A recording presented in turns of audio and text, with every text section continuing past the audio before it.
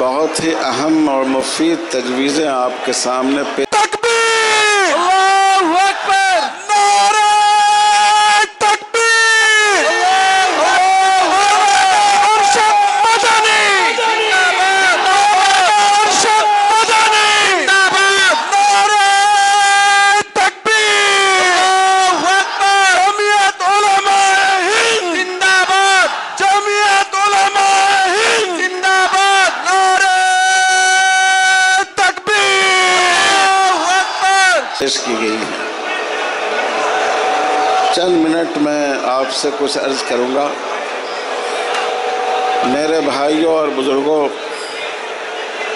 ہمارا یہ ملک بہت خوبصورت اور بہت وسیع ملک ہے۔ اس ملک میں مسلمان کم سے کم 1200 سال پہلے آئے۔ انہوں نے اس ملک کی تعمیر میں، اس کی ترقی میں حصہ لیا، اور آج اس ملک کے گوشے گوشے میں ان کی عظمت اور ان کی خدمت کے خوبصورت نقوش ثبت ہے۔ پھر ایک دور آیا جب اس ملک میں باہر سے آنے والے سفید فام انگریزوں نے قبضہ کر لیا۔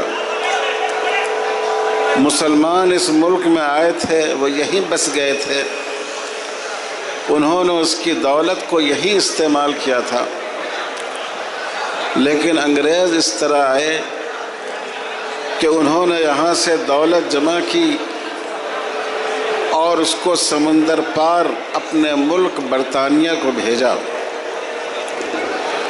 اور یہ پورا ملک غلام بنا لیا گیا۔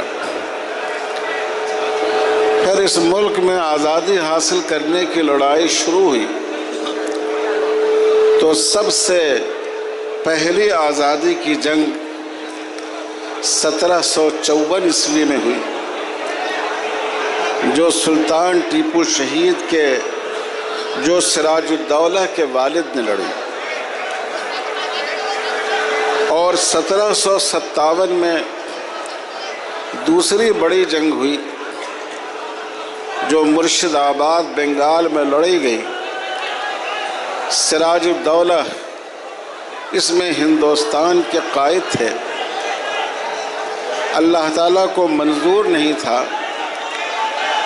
اور اس میں ہندوستانیوں کو شکست ہو گئی۔ پھر مسلمان مسلسل آزادی کی لڑائی کے لیے کوشاں رہے۔ انہوں نے بکسر میں انگریزوں کا مقابلہ کیا، یہیں سے قریب سلطان ٹیپو شہید نے 1864 میں انگریزوں سے جنگ کی اور اس میں شہید کر دیے گئے۔ پھر 1857 آیا، جس کو لوگ غدر کہتے ہیں۔ یہاں سے برادران وطن آزادی کی اس لڑائی میں ان کی شرکت شروع ہوئی۔ 1857 سے پہلے کم سے کم 100 سال اس ملک میں آزادی کی لڑائی لڑی گئی، نہ اس میں ساورکر تھے نہ کوئی اور تھے، وہ لڑائی صرف مسلمانوں نے لڑی، اس ملک کو آزاد کرانے کے لیے لڑی، اس ملک کی محبت میں لڑی، اور ہندوستان میں رہنے والوں کو غلامی سے بچانے کے لیے لڑی۔ اور اس کے سلسلے کو کم و بیش 1947 تک، جب تک ملک آزاد نہیں ہو گیا، ہمارے بزرگوں نے اس لڑائی کو جاری رکھا۔ 1947 میں ملک آزاد ہوا۔ آپ جانتے ہیں 15 اگست 1947 کو باضابطہ ہندوستان کی آزادی کا اعلان ہوا، اور 29 اگست 1947 کو یہ تجویز منظور ہوئی کہ ہندوستان کسی اور ملک کے دستور کو نہیں لے گا، بلکہ اس کا اپنا دستور و آئین ہونا چاہیے۔ اس کے لیے دستور ساز کمیٹی بنی، اس میں 38 مسلمان حضرات بھی تھے۔ جو دستور ہمارا ہے اس کے بنانے میں کم سے کم 38 مسلمان ایکسپرٹس اور ماہرین بھی شامل ہیں۔ یہاں تک کہ 29 اگست 1947 کو 26 نومبر 1959 میں ملک کا آئین بنا اور 2649 میں ملک کا آئین بنا اور 26 جنوری 1950 میں ملک کا آئین نافذ ہوا۔ ہم کو اس بات سے واقف ہونا چاہیے کہ جب اس وقت ملک کی تقسیم کا فیصلہ ہوا تو سب سے آخر میں جس نے اس فیصلے کو قبول کیا وہ مولانا ابوالکلام آزاد تھے، اور جس نے آخر وقت تک اس فیصلے پر دستخط نہیں کیا وہ مولانا حسرت موہانی تھے۔ بدقسمتی کی بات ہے کہ آج اس ملک کو بانٹنے کی نسبت مسلمانوں کی طرف کی جاتی ہے، حالانکہ مسلمانوں نے اس ملک کو متحد رکھنے کی آخری دم تک کوشش کی۔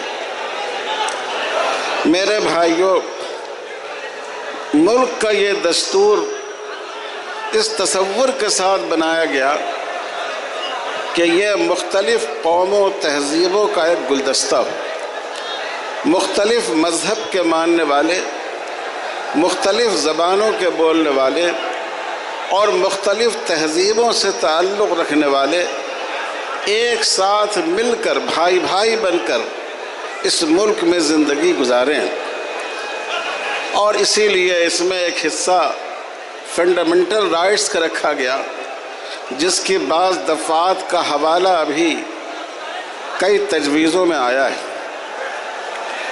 اس میں دفعہ 25 بھی رکھی گئی۔ اس دفعہ کے تحت ہمارے ملک کے ہر شہری کو مذہبی آزادی حاصل ہے، اور 3 باتوں کو مذہبی آزادی کا حصہ مانا گیا ہے۔ ہر شخص کو عقیدہ رکھنے کی آزادی ہوگی۔ نمبر 1،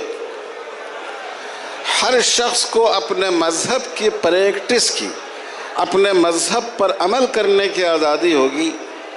اسی کے تحت ہم مسلم پرسنل لاء کا مطالبہ کرتے ہیں اور ہم یونیفارم سول کوڈ کی مخالفت کرتے ہیں۔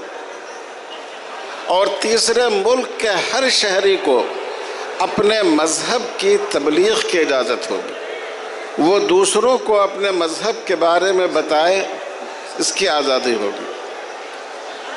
یہ اس ملک کے دستور میں ہمیں حق دیا گیا۔ میرے بھائیوں اور بزرگوں، اسی طرح ہمیں دستور کی دفعہ 29 میں اپنے اداروں کی آزادی دی گئی، جیسے ہم مدرسے قائم کرتے ہیں، اسکول قائم کرتے ہیں، اور اقلیتوں کے لیے خصوصی طور پر حقوق رکھے گئے۔ اس وقت جو جمعیت علماء ہند تحفظ آئین و دستور کا یہ اجلاس کر رہی ہے، یہ اسی پس منظر میں ہے۔ مسلمانوں سے مذہبی آزادی چھینی جا رہی ہے، مسلمانوں سے شریعت پر عمل کرنے کا حق چھینا جا رہا ہے، مسلمانوں کو اپنے مذہب کی تبلیغ سے منع کیا جا رہا ہے، مسلمانوں کو ان کے مدارس اور ان کے اداروں پر حملہ کیا جا رہا ہے۔ اس پس منظر میں ملک کی سب سے قدیم تنظیم جمعیت علماء ہند نے یہ پروگرام اس وقت آپ کے شہر میں رکھا ہے۔ آندھرا پردیش کی جمعیت اور خاص کر جو کڑپا کے احباب ہیں وہ ہم سب کے شکریہ کے مستحق ہیں کہ انہوں نے اتنا عظیم الشان اجلاس منعقد کیا ہے۔ میرے بھائیوں اور بزرگوں، ہمیں خود اپنی سوچ بنانی ہوگی، اپنے مدارس کو خود زندہ رکھنا ہوگا، اپنے مدارس کی خود مدد کرنی ہوگی، اور جب مدارس کے خلاف کوئی آواز اٹھے تو مضبوط صف بن کر سامنے کھڑا ہونا پڑے گا۔ ہمیں خود اپنے اوقاف کی حفاظت کرنی ہوگی، اس لڑائی کو ہمیں لڑنا ہوگا، اور جہاں تک اس میں جانا پڑے وہاں تک ہم کو جانا پڑے گا۔ ہم اس بات کا ارادہ کریں کہ حکومت قانون کچھ بھی بنائے،